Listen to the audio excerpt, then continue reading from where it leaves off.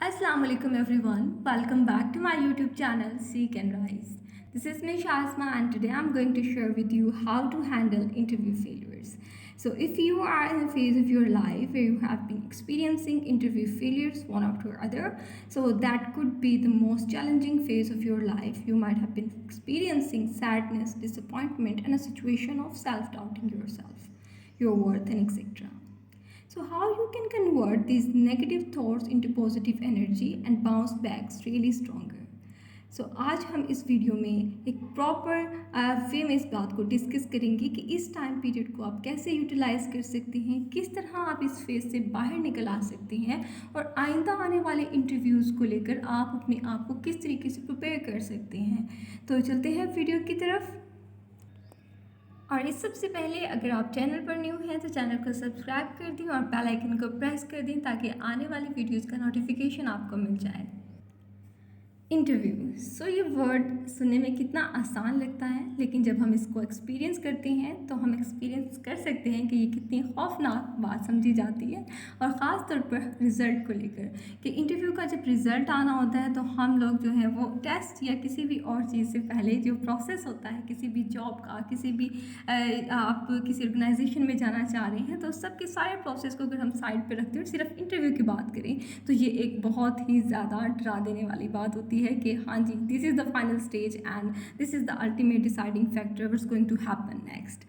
असल में मसला क्या होता है कि हम इंटरव्यू को लेकर अपनी तमाम प्रिजम्पशन की वजह से ही हम इस सिचुएशन में आते हैं कि हम इससे डर जाते हैं। इंटरव्यू को लेकर हम इसको एक जर्नी का पार्ट नहीं समझते और हम ये समझ लेते हैं कि अगर हम इंटरव्यू में फ़ेल हो गए तो ये हमारे ऊपर एक पर्सनल अटैक है कि हम इस काबिल नहीं हैं, हमारी पर्सनालिटी ऐसी नहीं है, हमारी कम्युनिकेशन मिसाल के तौर पर अच्छी नहीं है या सो ऑन। लेकिन हम ये नहीं समझते कि हर इंसान की स्किल सेट एक स्पेसिफिक जॉब के लिए बेहतर हो सकती हैं और किसी और जॉब के लिए वो बिल्कुल ही ज़ीरो हो सकती हैं। अगर हम इस चीज़ को एक्सेप्ट कर लें और फिर हम इस चीज़ को देखें तो हम इसको एज अ ट्रायल एक्सपीरियंस लेंगे कि हाँ, मैं अपनी स्किल सेट किसी अगले बंदे, किसी ऑर्गेनाइजेशन या किसी टेस्टिंग एजेंसी के सामने पेश कर रही हूँ या कर रहा हूँ। अब देखते हैं कि अगर उन्हें मेरी सलाहियत या मेरी जितनी कैपेबिलिटीज़ हैं इस जॉब के हवाले से बेहतर लगी तो मैं ये जॉब हासिल करने में कामयाब हो जाऊंगा या हो जाऊंगी। अगर नहीं होता तो मुझे इस चीज़ को एक्सेप्ट करना है और ट्राई करना है समवेयर एल्स और again in that department with better preparation. अगर हम इस चीज़ को लेकर चलें तो इंटरव्यू की फेलियर को एक्सेप्ट करना बहुत ज़्यादा आसान हो जाता है। इस सब में सबसे पहला स्टेप होता है कि हम इंटरव्यू फेलियर को एक्सेप्ट करते हुए अपने इमोशंस को एम्ब्रेस करें कि हाँ जी, ज़ाहिरी बात है, आप किसी चीज़ में आपने मेहनत की है, आपने अपनी एफर्ट पुट की है और आप उसमें कामयाब नहीं हो सके। That's natural, that's normal.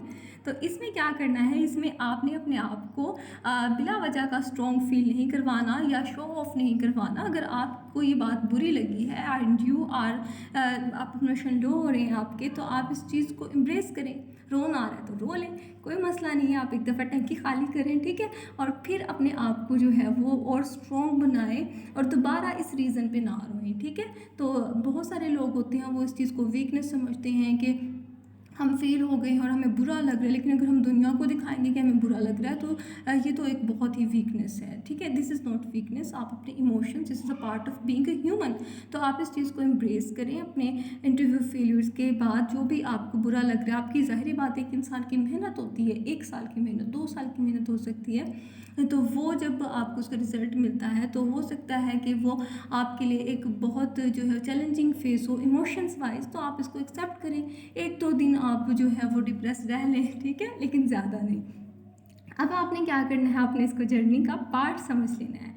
एक दफ़ा आपने मान लिया कि हाँ जी भाई, मैं फ़ेल हो गई, मैं रो ली, मैं इस चीज़ को एक्सेप्ट कर चुकी हूँ फुली तरह से। अब क्या होगा, अब आप इस रिजेक्शन को जो होंगे वो पॉजिटिव लेंगे, अब आप इससे ग्रो कर सकेंगे।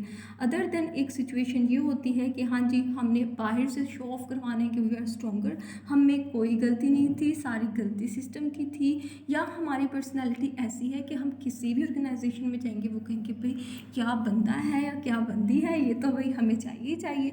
ऐसा नहीं हो सकता। आपकी स्किल सेट हो सकता है वो बहुत अच्छी हो इस जॉब के हवाले से, हो सकता है उसमें कमी हो इस जॉब के हवाले से, तो इस चीज़ को एक्सेप्ट करना होता है असल में इंटरव्यू फेलियर को हैंडल करना। अब अब जी जब आपने इमोशंस को भी कंट्रोल कर लिया, आपने इस चीज़ को एक्सेप्ट भी कर लिया, अब क्या करेंगे आप एक्नॉलेज करेंगे, रिफ्लेक्ट करेंगे उस प्रोसेस को कि एक्चुअली में मैंने स्पेसिफिक जॉब के लिए अप्लाई किया। मिसाल के तौर पर आप एक कॉपी पेंसिल निकालें, अपनी एक साइड पे आप लिखें कि आपका ये एक्सपीरियंस कैसा रहा, आपको कहाँ कहाँ पर अपने इंटरव्यू प्रोसेस में लगा कि मेरे से ये वाली गलतियाँ हुई हैं। ठीक है, हर इंसान को ज़ाहिर बात है पता होता है कि उससे क्या गलतियाँ हुई हैं। बहुत ही कम ऐसे लोग होते हैं जो ये समझते हैं कि हाँ जी हमने 100% बिल्कुल ठीक दिया था, अगेन हम सेलेक्ट नहीं हुए। उसका भी क्या सोल्यूशन है वो मैं आगे जाके बताने वाली हूँ। अगर आपको ऐसा लग रहा है तो उसका क्या सोल्यूशन है। लेकिन अभी 80% लोगों की बात कर लेते हैं कि जिनको कुछ ना कुछ आइडिया है कि हमसे ये 1-2 पॉइंट्स जो थे वो गलत हुए इंटरव्यू में। वो आपने पेज की एक साइड पर लिख लेने हैं और दूसरी साइड पर आपने लिखना है how you can resolve it now, आप इस चीज़ को ठीक कैसे कर सकते हैं। तो ये आपकी रिफ्लेक्शन होगी ताकि आप उन एरियाज़ पे वर्क करें, इम्प्रूव करें और उन्हीं एरियाज़ पे अपनी लर्निंग को फर्स्ट प्रायोरिटी बनाएं जो आपने खुद ऑब्जर्व किए हैं। ठीक है, तीसरी बात आ जाती है कि सीक फीडबैक। अब हम उन 20% लोगों की बात कर लेते हैं जिन्हें लग रहा है कि हमें किसी भी तरह के इंटरव्यूज़ में जब भी हम जाते हैं, हमने फॉर एग्जांपल हमने फ्रीलांसिंग के लिए हमने ट्राई किया और वहाँ पर हमें कोई क्लाइंट हमारा इंटरव्यू कर रहा है, हम उसमें भी नहीं सक्सेसफुल हो पा रहे, हम किसी जॉब के लिए जा रहे हैं तो हम उसमें नहीं सक्सेसफुल हो पा रहे, हम किसी प्राइवेट सेक्टर में जा रहे हैं तो हम उसमें नहीं सक्सेसफुल हो पा रहे, लेकिन हम अपनी तरफ से बहुत अच्छा कर रहे हैं, हमें कोई गलती अपनी नहीं मिल रही। तो उन लोगों के लिए है कि वो फीडबैक लें। वो क्या कर सकते हैं, वो अगर किसी प्राइवेट सेक्टर में जॉब के लिए जा रहे हैं, दे आर नॉट सिलेक्टिंग, तो आपने करना क्या है, दोबारा उन लोगों को अप्रोच करना है जो कि आपका इंटरव्यू ले रहे थे। दैट इज़ पॉसिबल, आप उन्हें via लिंक्डइन अप्रोच कर सकते हैं, या अगर वो आप एक छोटी ऑर्गेनाइजेशन है तो आप वहाँ पर दोबारा जो है वो जाकर उनका फीडबैक ले सकते हैं। लेकिन अगर आप for example public service commission के थ्रू कर रहे हैं, पीपीएससी एफपीएससी के थ्रू कर रहे हैं, तो वो इंटरव्यू का अनफॉर्चुनेटली हमें फीडबैक नहीं मिलता। तो इसके लिए आप क्या कर सकते हैं, जो पहले ही एक्सपीरियंस्ड लोग हैं, जो रिकमेंडेड लोग हैं, आप उनको मॉक इंटरव्यूज़ दे लें, अपने डिपार्टमेंट में जाएँ, अपने फॉर एग्जांपल फील्ड के अंदर जिस भी फील्ड का ये टेस्ट कंडक्ट हो रहा है।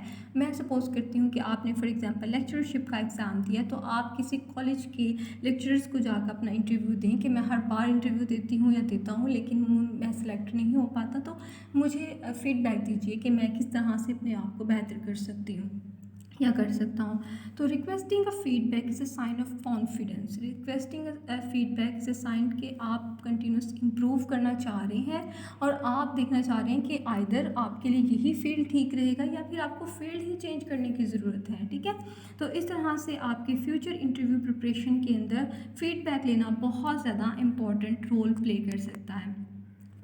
आगे आ जाते हैं evaluate and learn, analyse your interview performance, identify specific areas where you can improve. ये जो ऑलरेडी मैं एक बात कर चुकी हूँ कि जब आपको पता चल जाए कि अब क्या क्या खामियां हैं, 80% लोग जिन्हें पहले ही पता थी या 20% लोग जिन्हें बिल्कुल आइडिया नहीं था कि क्या गलती हुई है उनसे, दोनों जो है वो अपने एरियाज़ पे अब वर्क करेंगे, अपने नॉलेज को इम्प्रूव करेंगे। और इस हवाले से अगर आपको किसी ट्रेनिंग की ज़रूरत है, किसी वर्कशॉप की ज़रूरत है, किसी क्लासेस की ज़रूरत है, तो वो आप लाजमी तौर पर लेंगे। मिसाल के तौर पे हो सकता है कि आप में से किसी को नॉलेज का इशू हो।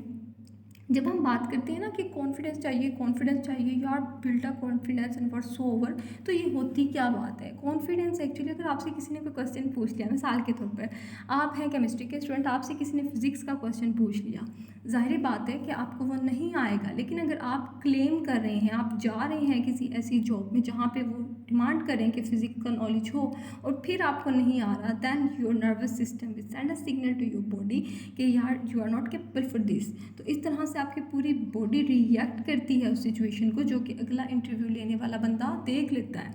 तो आप इस चीज़ को फेक नहीं कर सकते, नॉलेज गैप को फेक नहीं किया जा सकता, उसको इम्प्रूव ही करना होता है। ठीक है, तो आपने नॉलेज के आपको इम्प्रूव करना है, कॉन्फिडेंस आपके अंदर खुद ब खुद आ जाएगा। ठीक है, तो ये चीज़ जो है वो आपने इस तरीके से, अगर कम्युनिकेशन में मसला है, नॉलेज आपको पूरा है मगर आप अपनी बात को ही डिलीवर नहीं कर पा रहे, तो कोई भी ऑर्गेनाइजेशन, कोई इंडस्ट्री, कोई भी कंपनी, कोई भी लोग जो है वो आपको हायर नहीं करेंगे। क्योंकि ज़ाहिर बात है, this is the time of entire growth in the world where communications matter a lot. आपको कम्युनिकेट करना सीखना है, ठीक है। तो इस पे भी आप वर्क कर सकते हैं। इसी तरह से ही जो भी चीज़ें आप अपनी लिस्ट में लिखेंगे उनको आप किस तरह से इम्प्रूव कर सकते हैं, ये फिर आपकी टारगेट है, आपकी असाइनमेंट है। आगे है रिवाइज एंड अपडेट। अच्छा, अब बाज़ औक़ात लोगों को पता चलता है कि हाँ जी, मैं ये स्पेसिफिक काइंड का इंटरव्यू बार बार दे रही हूँ या दे रहा हूँ, लेकिन ये ऑर्गेनाइजेशन या ये जॉब मुझे सूट नहीं कर रही, या मुझे समझ नहीं आ रही कि इनको मैं किस तरीके से इम्प्रेस कर सकूँ, या ये चीज़, ठीक है। इस सिचुएशन में आपने क्या करना है, अपनी स्किल सेट को फर्दर इम्प्रूव करना है। इस सिचुएशन में आपने क्या करना है, अपने डिफरेंट कोर्सेज और कर लेने हैं, अपने आप को एक्सप्लोर करना है, दूसरी चीज़ों को भी देखना है, और अपनी सीवी को, अपने पोर्टफोलियो को अपने इम्प्रूव करना है, ताकि आप किसी को अगर बताते हैं अपने बारे में, तो वो अगर आपको कोई गैप है, मिसाल के तौर पर आपने 2019 में पढ़ा है, मिसाल के तौर पर हम ये ले लेते हैं, और आपकी जॉब के लिए अप्लाई कर रहे हैं अब नाउ 2023, तो फिर कितने सालों का गैप है, आप उसमें क्या बताएंगे कि आपने इस साल में क्या किया। तो आप अपने रेज्यूमे को अपडेट करते रहें टाइम टू टाइम, ताकि लगे कि आप एक एक्टिव इंडिविजुअल हैं, आप अपनी लाइफ में कंटिन्यूस ग्रोथ को इम्पोर्टेंस देते हैं। तो वो छोटे छोटे टाइनी स्टेप्स भी हो सकते हैं, बड़े बड़े स्टेप्स भी हो सकते हैं। इन सारी चीज़ों को लेकर अगर आप चलते रहेंगे तो इससे क्या होगा कि आपका पोर्टफोलियो बढ़ता रहेगा। ये हम हर तरह से इस चीज़ को लेके चल सकते हैं, प्राइवेट के लिए, फ्रीलांसिंग के लिए, गवर्नमेंट जॉब्स के लिए, हर तरीके से ये जो है स्ट्रैटेजी आपको फ़ायदा देने वाली है। अब आ जाते हैं जी network and seek support. Be where you are needed. मसला क्या होता है कि हमें जो होता है ये नहीं पता कि हमें कहाँ जाना है और हम कहाँ चले जा रहे हैं। यही सबसे बड़ा इशू है पाकिस्तान में, क्योंकि करियर काउंसलिंग नहीं है। करियर काउंसलिंग कैसे हो, क्योंकि हमारे पास अपॉर्चुनिटीज़ ही नहीं हैं। तो हम ये चाहते हैं कि इकोनॉमिकली स्ट्रॉन्ग होने के लिए, हम एक सोशली एक्सेप्टेबल होने के लिए कोई ना कोई जॉब जो है वो हमारे हाथ लग जाए असल में। तो अगर आप अपनी लाइफ में इंटरव्यू फेलियर्स को एक्सेप्ट कर रहे हैं, फेस कर रहे हैं, तो ये एक फेवर भी हो सकती है आपकी काइंड में कि आप किसी गलत जगह नहीं फंस जाते। आप शायद उसकी चीज़ की तरफ ही डायरेक्ट कर दिए जा रहे हों अल्लाह ताला की तरफ से, जो आपके लिए बनी है, ठीक है। वो आपको कैसे पता चलेगा, आप जैसे जैसे किसी जगह जाते हैं, आप वहाँ फॉर एग्जांपल फेलियर एक्सपीरियंस कर रहे हैं, फिर आप उसके बाद कोई दूसरी चीज़ ट्राई कर रहे हैं, उसके बाद भी आपको फेलियर मिल रहा है, तो इस तरह 2, 3, 4, 5 जगहों पर जाकर आपको आइडिया होगा कि this is the place where I wanted to be. अगर आप किसी पहली जगह पर ही अप्लाई करते हैं, वहीं पर आप सेलेक्ट हो जाते हैं, तो हो सकता है आपके पास बहुत ज़्यादा पोटेंशियल था जो कि आप देख ही नहीं सके। तो अपने नेटवर्क को साथ साथ बिल्ड करते रहें। हर फेलियर के बाद अपनी सपोर्ट सिस्टम को बहुत मजबूत रखिए, और हमेशा इस चीज़ को माइंड में रखिए कि आपको वहाँ होना है जहाँ पे आपकी ज़रूरत है। बेशक आपको ज़िंदगी में एक काम आता है, सिर्फ आपको बोलना आता है मिसाल के तौर पर, तो अपने आप को वहाँ पे मार्केट कीजिए जहाँ पर उन्हें रिक्वायरमेंट है ऐसे लोगों की जो बोल सकते हैं, ठीक है। अगर मिसाल के तौर पर आपको पढ़ाना आता है, तो आप अपने आप को वहाँ पे मार्केट कीजिए जहाँ पे ज़रूरत है ऐसे लोगों की जो पढ़ा सकते हैं। तो यही चीज़ जो है वो आपको वहाँ ही होना चाहिए जो आप जिस काम के लिए बने हैं। अपनी स्ट्रेंथ, अपनी वीकनेसेस को देखें, उसी तरह के लोगों में बैठें, और वो नेटवर्क आप एक्सप्लोर भी करते रहें, साथ साथ उसको एक्सपैंड करते रहें साथ साथ, ताकि आपको अपनी कैपेबिलिटीज़ का फर्दर अंदाज़ा होता रहे। अच्छा जी, अगेन आ रिमाइंडर, अगर आप चैनल पर न्यू है तो चैनल को सब्सक्राइब कर दें और बेल आइकन को भी प्रेस कर दें। वीडियो लेंथी हो जाएगी, लेकिन ये कम्प्रीहेंसिव वीडियो है ताकि हर तरह के आपके जो डाउट्स हैं इस वीडियो में क्लियर हो जाएं। Stay positive and maintain momentum. अब इंटरव्यू के बाद आपने पहले ही इमोशंस को अपने कंट्रोल कर लिया, लेकिन अब हर दूसरा तीसरा बंदा जो भी आपको मिलेगा, यार तुम फेल हो गए, और ये तो बड़े बड़े लोगों का काम होता है, 1-2 महीने की तैयारी से कहाँ टेस्ट पास होता है, कहाँ इंटरव्यू होता है, और इसके लिए तो बड़ा दिमाग होना चाहिए एक्सेट्रा। मतलब इस तरह के नेगेटिव कमेंट्स जो कि हमारी सोसाइटी एक्सपर्ट है देने में, हर दूसरा तीसरा बंदा फेलियर के बाद आपको जो है वो लेसन देता हुआ दिखाई देगा। आपने करना क्या, आपने स्माइल करना है और मूव ऑन करना है, ठीक है। उनकी बात को एक कान से सुनना है, दूसरे कान से निकाल देने हैं। ऐसे लोग जो होते हैं इनका सिर्फ यही काम होता है कि अगले बंदे को इन्होंने नेगेटिव कमेंट्स देने होते हैं, और किसी तरह का कोई प्रोडक्टिव रोल ये प्ले नहीं करते, ठीक है। तो आपने इनकी बातों पे कान नहीं धरना, सीधी सी बात है, और अपना मोमेंटम आपने मेंटेन रखना है, बेशक वो छोटे छोटे स्टेप्स हों, कुछ भी हों, आखिरी टाइम जब आप सक्सेसफुल हो जाएंगे इंशाल्लाह ताला, तो यही लोग होंगे जो आके कहेंगे हमें तो पहले ही पता था कि इसने कामयाब होना है। ठीक है, तो इन लोगों की बातों पे आपने बिल्कुल भी ध्यान नहीं देना, हमेशा उस सर्कल में रहना है जो कि पॉजिटिव हो, आपको सपोर्ट करता हो। नेगेटिव लोगों से आपने बचना है, टॉक्सिक एनर्जी से आपने बचना है। ठीक है, उसके बाद है expand your job search. Job search को एक्सपैंड करना बहुत बहुत बहुत बहुत ज़रूरी है। एक ही चीज़ पे आप कंटिन्यूसली 3-4 साल से अप्लाई कर रहे हैं, देख रहे हैं कि हम इसमें सक्सेसफुल होते हैं कि नहीं होते, तो और कंटिन्यूसली आप फेलियर का सामना कर रहे हैं, तो इस तरह लाइफ इज़ शॉर्ट। आपको एक चीज़ के साथ दूसरी अपॉर्चुनिटीज़ को भी देखते रहना चाहिए। आपको छोटी छोटी जॉब्स और टेम्प्रेरी फ्रीलांसिंग वर्क को भी इम्पोर्टेंस देनी चाहिए और उन चीज़ों को भी एक्सप्लोर करना चाहिए, ताकि आपका माइंड भी ब्रोडन हो, आपका नॉलेज सेट भी इम्प्रूव हो और आप किसी जगह स्टक ना हो। ठीक है, अगला पॉइंट है जी प्रैक्टिस एंड प्रिपेयर। अब अपने आइंदा आने वाले इंटरव्यू के लिए आप प्रैक्टिस करें और फिर उसके बाद जो है वो बेहतर और प्रिपेयर करिए अपने आप को बेहतर तरीके से। अच्छा, यहाँ पर एक मैं मज़े की एग्जांपल आपके साथ शेयर करती हूँ कि इंटरव्यू की प्रिपरेशन के दौरान ना, आप अगर कोई आपके पास कोई इदारा नहीं है जो मॉक इंटरव्यू कंडक्ट कर रहा है, या कोई आपका फ्रेंड फेलो ऐसा नहीं है जो कि आपसे पहले जो है वो कोई जॉब हासिल कर चुका हो और आप उससे गाइडेंस ले सकते हैं, तो क्या करना है, सिंपली करना है यूट्यूब के अलावा आपने डिफरेंट ट्यूटोरियल्स देख लेने हैं कि आप किस तरीके से इंटरव्यू की प्रिपरेशन कर सकते हैं और अपनी स्किल्स को इन्हांस कर सकते हैं।